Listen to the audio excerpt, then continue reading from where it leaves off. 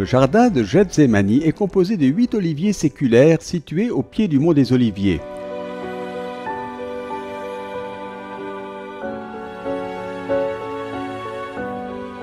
Selon les évangélistes Matthieu et Marc, c'est le lieu où Jésus a été trahi par Judas et arrêté alors qu'il priait avec ses disciples après la dernière scène.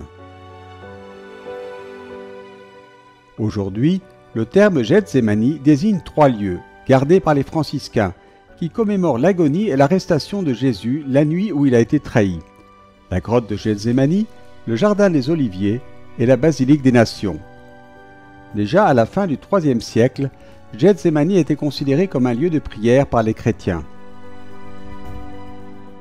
Avec frère Eugenio Aliata, archéologue du Studium Biblicum Franciscanum, nous ferons un pèlerinage aux origines de ce sanctuaire. I francescani, insieme con gli altri pellegrini, conducendoli, venivano al Gethsémani. Les franciscains, avec les autres pèlerins qui les conduisaient, sont arrivés à Gethsémani. Et où se sont-ils arrêtés?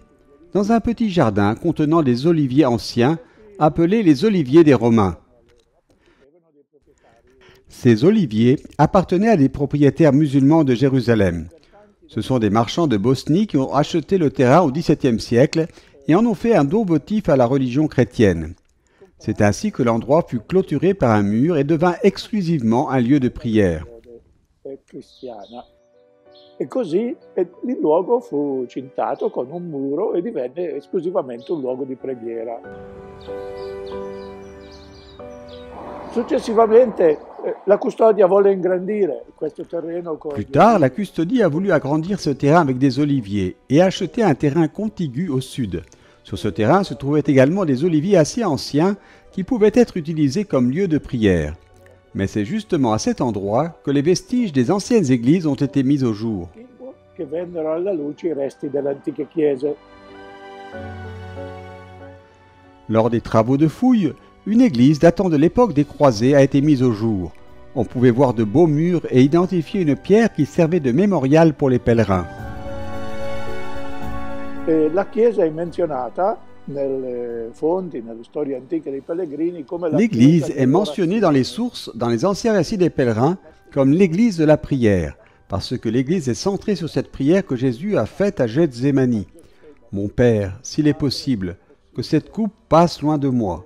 Cependant, non pas comme moi je veux, mais comme toi tu veux.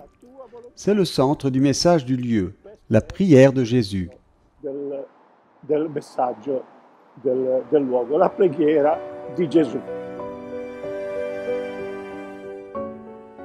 On a voulu construire une nouvelle église magnifique à la place de celle qui avait été détruite à l'époque des croisés, et plusieurs plans ont été élaborés à cet effet. E cominciarono subito i lavori, ma mentre scavavano le fondamenta di questa nuova chiesa, ecco apparire. Et les travaux ont commencé immédiatement, mais pendant qu'ils creusaient les fondations de cette nouvelle église, de magnifiques mosaïques colorées sont apparues, vestiges d'une église encore plus ancienne. Il a donc été décidé de reconstruire l'ancienne église, qui date de la période byzantine du IVe siècle, et qui est déjà mentionnée par la célèbre pèlerine Égérie. Ces mosaïques redécouvertes ont vraiment donné une idée de l'élégance de cette église. Questi mosaici ritrovati hanno proprio dato l'idea dell'eleganza di questa chiesa. Et comme frère Aliata le souligne, les mosaïques modernes sont très bien faites et préservent encore aujourd'hui l'élégance de l'ancienne église. La basilique actuelle a été construite entre 1922 et 1924. Pour sa construction, plusieurs nations ont collaboré en faisant des dons importants. C'est pourquoi elle est également appelée la basilique des nations. L'architecte Barluzzi s'est vu confier la tâche de concevoir la nouvelle église. Celui qui a récolté les fruits du travail de Barluzzi est frère Gaudenzio Orfali. Ecco, questa è la roccia centrale della basilica e secondo. C'est la roche centrale de la basilique. Et selon la coutume chrétienne, au centre, devant l'autel, se trouve l'élément le plus caractéristique, le plus intéressant pour l'histoire du sanctuaire. Dans ce cas, les éléments les plus caractéristiques sont les rochers. Le rocher qui se trouve au centre de la basilique est celui qui attire les pèlerins qui viennent le vénérer, non pas pour lui-même, mais pour celui qui a prié sur lui. Per venerarla non per se stessa, ma per colui che ha pregato sopra questa roccia.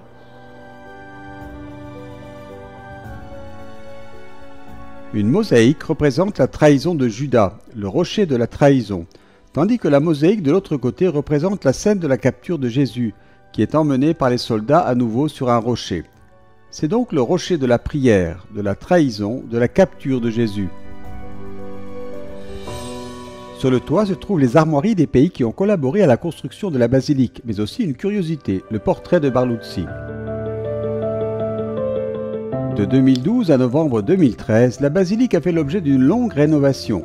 Le projet Getsemani, préserver le passé et former l'avenir, a vu la restauration des précieuses mosaïques. En 2020, lors de la construction d'un tunnel reliant la basilique de l'Agonie à la vallée du Cédron en contrebas, nous avons été confrontés à une surprise. Un mikvé, un bain rituel juif vieux de 2000 ans. Les fouilles archéologiques menées par le Studium Biblicum Franciscanum de Jérusalem et l'autorité israélienne des Antiquités ont également mis au jour une église byzantine, les vestiges médiévaux d'un monastère ou d'une auberge de pèlerins, ainsi que des citernes destinées à recueillir l'eau. L'archeologia in questo caso è una conferma. Dans ce cas, l'archéologie est une confirmation de ce que la tradition a transmis du texte biblique. Et lorsque nous disposons de ces trois éléments, texte biblique, tradition et archéologie, nous pouvons dire que nous avons des éléments de certitude suffisants pour identifier le lieu. Di sufficiente certezza anche per identificare il posto.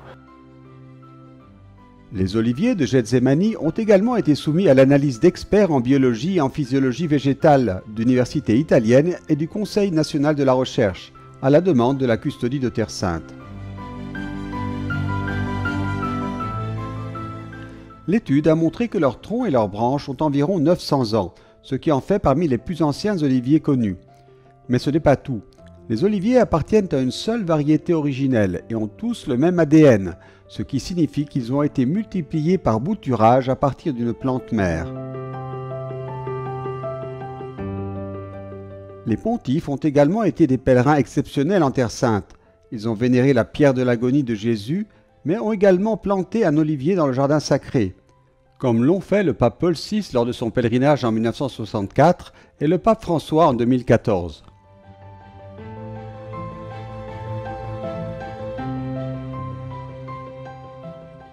Pour tout chrétien, ces oliviers sont une référence vivante à la passion du Christ.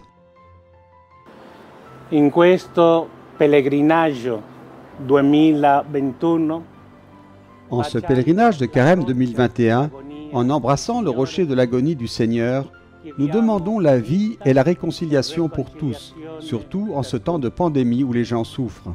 specialmente in questo tempo di pandemia. C'est de ce lieu que part la procession vers la basilique, destination du deuxième pèlerinage du Carême. La messe a été présidée par le père Donaciano Paredes Rivera et concélébrée par les frères de la custodie, ainsi que par des prêtres d'autres congrégations religieuses. L'accent est mis sur la prière de Jésus avant son arrestation. Après avoir appelé un autre moment de dialogue avec le Père à l'occasion de la transfiguration sur le mont Tabor, c'est le moment d'une autre révélation, explique le père Lucas Popko dans son homélie. Non pas dans la lumière, mais dans la nuit. Un épisode qui révèle que la communion de Jésus avec le Père est encore plus profonde. Toutes nos prières et nos liturgies se réduisent à « que ta volonté soit faite » ou « je me remets entre tes mains », a ensuite remarqué le père Popko, rappelant les paroles prononcées par Jésus sur la pierre de l'agonie.